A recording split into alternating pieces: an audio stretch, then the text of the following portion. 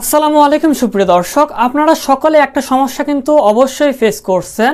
সেটা হচ্ছে যে মোবাইলের এমবি কিংবা ইন্টারনেট ব্যালেন্স শেষ হয়ে যাওয়ার পরবর্তীতে যখনই শেষ হয়ে যাবে তখনই কিন্তু আপনার ফোনের ব্যালেন্সে যে টাকা আছে সেই টাকা কিন্তু কাটা শুরু হয়ে যায়। আজকের এই ভিডিওটাতে আমি আপনাদেরকে সমাধান দেওয়ার চেষ্টা করব এটাই, আপনার ফোনের যদি এমবি কিংবা মেগাবাইট শেষ হয়ে যায় তারপরেও কিন্তু আপনার ফোন থেকে 1 টাকাও কাটা হবে না, কিংবা আপনার যদি ফোনে এমবি না থাকে কিংবা আপনার সিমে যদি এমবি না থাকে তারপরেও আপনি আপনার ফোনে যদি ডাটা কানেকশন চালু করেন তাহলেও কিন্তু আপনার ফোন থেকে 1 টাকাও কাটা হবে না। তো সেটিংসটি কিভাবে করতে হবে, কিংবা একটা সেটিংস কিন্তু বন্ধ করতে হয়, তো এই সেটিংসটা কিভাবে বন্ধ করবেন কিংবা এটা কিভাবে করবেন সেটাই দেখানোর চেষ্টা করব আজকের এই ভিডিওটাতে। চলুন বেশি কথা বাড়াবো না, আজকের ভিডিওটি শুরু করা যাক। আপনি কিন্তু যে কোনো অপারেটরের ক্ষেত্রে কাজটি করতে পারবেন।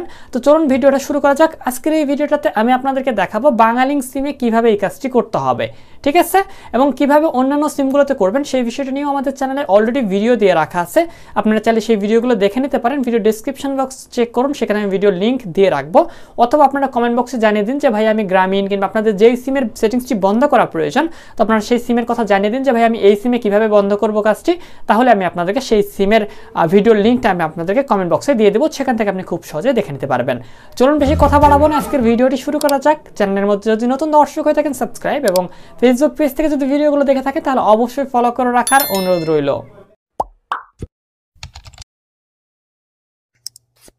তো চলে আসলাম আমাদের ফোনের স্ক্রিনের মধ্যে। তো আমাদের সর্বপ্রথম প্রয়োজন হবে এখানে একটা বাংলালিংক অ্যাপস লাগবে, ঠিক আছে। তো আমি দেখতে যাচ্ছেন, তো আমি যেহেতু বাংলালিংক এর কাজটা করতেছি তো অবশ্যই গুগল প্লে স্টোরে গিয়ে আপনারা মাই ভিএল অ্যাপস কিংবা মাই বাংলালিংক অ্যাপসটা ইনস্টল করে নেবেন, ঠিক আছে। তো বাংলালিংক অ্যাপসটা ইনস্টল করে নেওয়ার পর আপনাদের চলে যেতে হবে বাংলালিংক অ্যাপসের মধ্যে, লগ ইন করতে হবে আপনার অ্যাকাউন্টটাকে। তো আমি আমার অ্যাকাউন্টটা বাংলালিংক অ্যাপসে লগ ইন করে রাখছি, দেখতে পারতেছেন। তো এখানে আমি আমার বাংলালিংক অ্যাপসের মধ্যে চলে আসলাম, এবং বাংলালিংক অ্যাপসের মধ্যে আসার পর এখানে খুব সহজ একটা কাজ, তেমন কোনো ঝামেলা নাই। অন্যান্য সিমের ক্ষেত্রে কিন্তু অন্যান্য অপারেটরের ক্ষেত্রে এখানে কিছু কোড ডায়াল করতে হয়, এটা ওটা ঝামেলা আছে। তো এখানে কিন্তু কোনো ধরনের কোড ডায়াল করার প্রয়োজন নেই, ঠিক আছে। তো এখান থেকে আপনি কি করবেন, সবার উপরের দিকে আপনাদের যেখানে এমবি থাকবে কিংবা যেখান থেকে আমরা এমবি দেখি যে দেখুন আমাদের কত এমবি আছে, তো আমরা জাস্ট এই অপশনটাতে ক্লিক করবো কিংবা এখানে ক্লিক করব, ঠিক আছে। এবং এখানে ক্লিক করার পর আমরা দেখতে পাই এখানে দেখুন লেখা আছে প্লেগো ইন্টারনেট, অর্থাৎ এটাই আমাদের সেই কাঙ্ক্ষিত সেটিংস। আমরা প্রতি 5 এমবি ব্যবহার করতে পারবো এখানের ডাটার জন্য, ঠিক আছে। মানে আপনি টাকা কাটবে এবং 5 এমবি আপনাকে ব্যবহার করতে দিবে। আর কত পয়সা জানি করে কাটে, 2.5 পয়সা মনে হয়, 2.5 টাকা মনে হয় 5 এমবি আপনি ব্রাউজিং করতে পারবেন, ইন্টারনেট ব্যবহার করতে পারবেন আপনার টাকা দিয়ে, আপনার এমবি না থাকলেও।